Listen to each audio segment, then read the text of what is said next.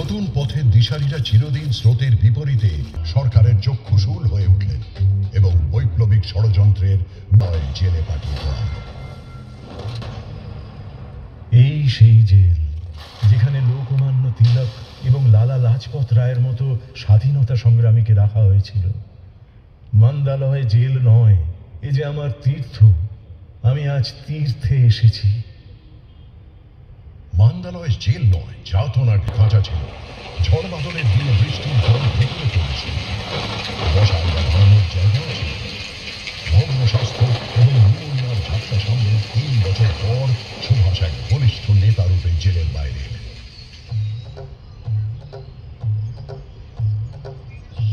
ভারতীয় যুবকদের তিনি গভীরভাবে প্রভাবিত করতে শুরু করলেন।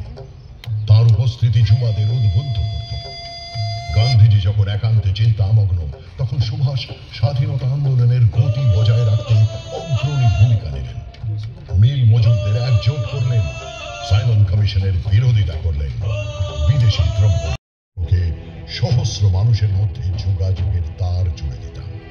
প্রত্যেকটি সমাজ, প্রত্যেকটি দেশ, প্রত্যেক সভ্যতারই একটি দিশার প্রয়োজন হয়, এবং সেই সভ্যতা যদি পরাধীনতার শৃঙ্খল মুক্ত হওয়ার সংগ্রামে ব্রতী হয় এবং সেই সময় নিজেদের কথা পৌঁছে দেবার কোনো সহজলভ্য মাধ্যমকে পাশে পাওয়া যায়, যুদ্ধের সূচনার সাথ, যে যুদ্ধ বিনাশের নতুন পরিভাষা করে দিল। পরাধীন ভারতবাসী স্বাধীনতার জন্য সংগ্রামে ঝাঁপিয়ে পড়েছে। ভাইসরয় ফরমান দিলেন, বিশ্বযুদ্ধ চলা অবধি ভারতীয়রা যেন নিজেদের স্বাধীনতা নিয়ে কথা না বলে। ফরমানের বিরোধিতায় ভারতের পরগনা পরগনায় কংগ্রেস সরকার ইস্তফা দেওয়া শুরু করল। সুভাষচন্দ্র বসু কংগ্রেস ছাড়ার পর নিজের সংগঠনকে মজবুত করার কাজে ব্যস্ত ছিলেন। তার মত ছিল ভিন্ন। স্বাধীনতা অর্জনের জন্য এখন কঠোর সিদ্ধান্ত নিতেই হবে।